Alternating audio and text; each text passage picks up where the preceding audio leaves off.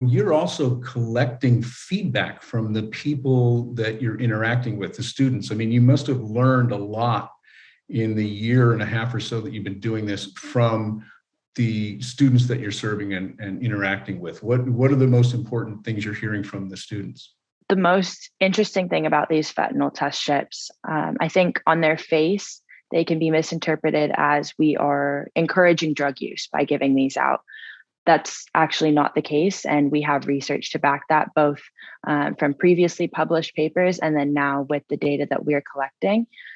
Fentanyl test strips, when you hand them out, they, for one thing, serve as a mode of education, where just by giving these out, that you have people learning, what is fentanyl? Is that something I need to be aware of? Why do I need to test for that? And they actually learn that fentanyl is a direct danger to themselves. Another thing that we see is as students use these, they are getting positive results. We have a data collection program where we actually are seeing that students are getting positive results when they utilize these test strips. And the result there is when they get a positive back, they don't use that drug. They throw it away because now they know this could kill me, and it very well probably will if they continue to use it. So they actually throw that drug away and don't use it. And the effect we see with that, once someone gets a positive one time, they're very, very, very cautious the next time they go to use a drug. And it changes their decision making as to whether or not they want to continue with recreational illicit drug use. And then just overall, even their friends, seeing the same thing, the feedback that we're getting, it's not direct data that we've necessarily collected, but what people say to us when we go out into the community, the feedback that we get is, my friends are using less drugs now. Since this program began a year and a half ago, people are more careful about their drug use. They're using less drugs overall. So that's really the result that we want to see. And it's hard because on their face, they do look like, oh, you're giving kids things to test their drugs with. You're helping them do drugs. We're helping them not die from drug use. And overall, the result we get is less drug use. Your December newsletter, for instance, had some numbers in it, right, of how many strips you've given out and how many positive results you've gotten back. And it's pretty incredible, the number of deaths, accidental deaths that probably were avoided. Yeah, and that's definitely something we're very happy to see at Taco. It's our entire mission. And through passing out those test strips, as I mentioned earlier, USC, we're seeing up to 12 student deaths a year, many of those due to fentanyl. And since we've begun our organization, we actually have not seen a single student death due to fentanyl through these programs, through this education. And we're also expanding that to other schools. So UCLA, University of Santa Barbara, soon we'll be at the University of Arizona, all of these different schools to try to continue and proliferate the work that we've done at USC at these other schools. And it's important to remember as well with the fentanyl test strips that for every one positive we receive, a lot of the times it is that bag of cocaine or that batch of MDMA, ecstasy, that someone is testing, and they don't intend to use it alone. It's a portion of the drug that they were intending to share with other people. So we get one positive test strip back, and that could be 10, 15, 20 lives that avoided contact with fentanyl just because of that one test strip. What are you hearing from different campuses? And do you get the sense that most of your fentanyl test strips are being used and most of the drug that's being consumed is cocaine, or are you seeing a lot of pills? Across the board at every college, the drug that we see come up the most often is definitely cocaine. I think there's a lot of social factors around it that lead towards that. It's also highly addictive, and people really like to use it to energize when they're partying in college. So that is one of the primary drugs that we see utilized. And as you mentioned, it is quite effective using the fentanyl test strips just because of the process of producing that drug. Typically, cocaine goes through a number of hands from the person who produced the pure cocaine until it gets to the user, where it starts from 100% and ends up 3% actual cocaine if you're lucky.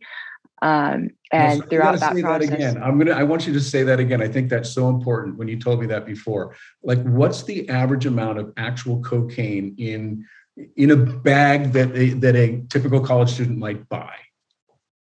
Yes. So they start out, pure cocaine. By the time it crosses the US border, it's about 25 to 50% cocaine. It could be mixed in with flour, sugar, baby laxatives, a whole host of other white powders. Powdered caffeine is a big one as well because it will still give you a rush, Wow. make you feel like it's cocaine.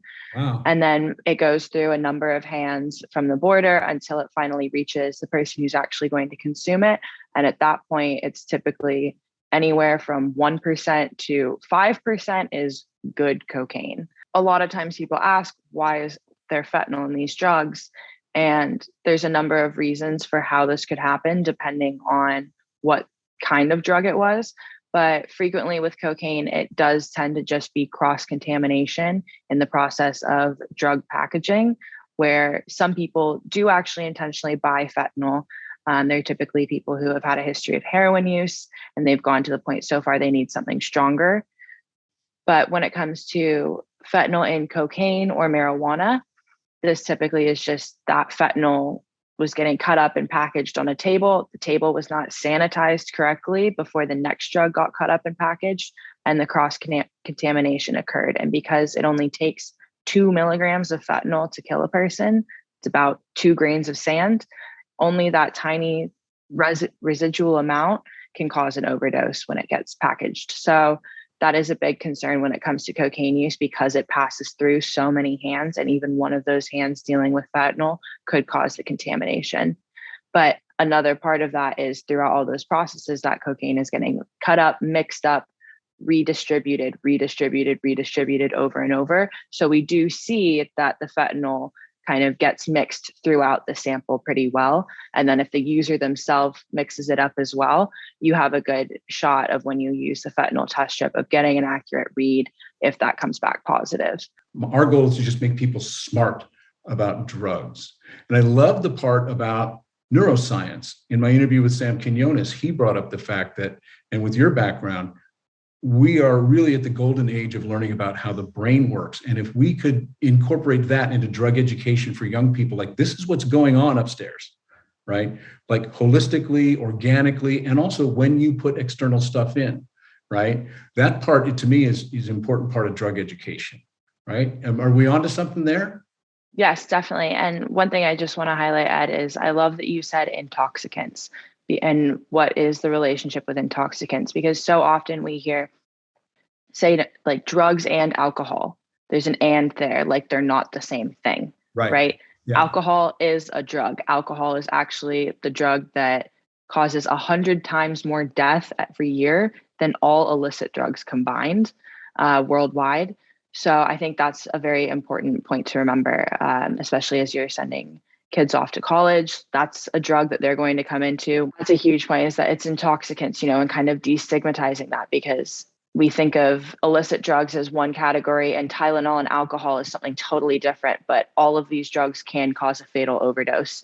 It's not the drugs themselves, it's how they're used. And so that's where the education becomes so critical, and basing it on science and basing it on genuine facts instead of fear-based opinions, or perhaps, rhetoric that we've heard from other mediums. We like to focus on, what do the doctors say about this? The people who have gone and studied this in their laboratories with their patients, what are the results based on the data? And so when it comes to neuroscience, that's really where we try to help our students understand that we are neither pro nor against them using any of these drugs. That is their decision to make as an independent adult. We bring in the neuroscience to say, this is why your brain likes this drug. We're not going to tell them everyone hates these, like, people do drugs because drugs feel good. Right. We're going to explain to them, this is why they feel good. This is what's going on in your brain that makes it have that euphoric feeling or that relaxing feeling. And then we also tell them, this is what's going on in your body. And even though your brain might feel amazing, your body might be on the border of shutting down. And so it's important to recognize, because without that education, teenagers think, going off to college, they think, I feel good. This drug makes me feel good. If I do more, I will feel better. Right. And that's just simply not the case. You get to the point where your body shuts down, but your brain is feeling amazing. It's the same thing with an opioid overdose, right? They are high as a kite. It's the best they've ever felt. They're euphoric. They're in no pain, but they're dying. So that's really the important thing to be sharing with young people is we understand it feels good. Everyone is validating that. That is true. But here's what's also happening at the same time. Instead of saying these drugs are bad, don't do them, they're going to, if they listen to that, or if they don't listen to that and they try it and they like it, they're going to completely reject that information because they tried it and they liked it. If you acknowledge, yes, if you try it, you will like it, but here's what's going on at the same time, that gives them a more accurate picture of what's actually happening. And it allows them to decide, is that feeling worth the risk and the damage that I'm potentially doing to my body? What young people want is information and the freedom to make their own decisions. And I think that approach, without the moralizing, is more effective. And what I'm looking for are things that work. Now, critics of the harm reduction movement will say that there are absolutely no value judgments being made at all, that stigmatization kind of means like normal, destigmatize starts to mean like normalize. And we do have a culture that glamorizes drug use and intoxication, right? And so we do have to counter that a little bit in our messaging, but I think it has to be more nuanced in the sense that, these are your choices. What choices do you want to make with the kind of life that you have to lead? And just because you see it on Netflix doesn't mean that that's a great lifestyle.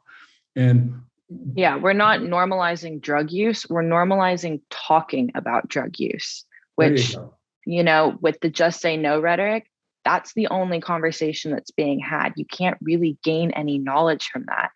What we're doing is normalizing just talking about drugs, positives, the negatives. You're going to see it. It's going to happen. We want you to be informed on how you're going to respond. We want you to know the facts before someone ever offers you that pill or that bump. We want you to know what your risks, what your benefits are so that you can make an informed decision. Right. And that's really our goal. And to quote Dr. Cheryl Howard from UCLA, that's really what she says, is that it's not ignorance is bliss anymore when it comes to potentially addictive drugs. Knowledge is bliss, ignorance is a risk.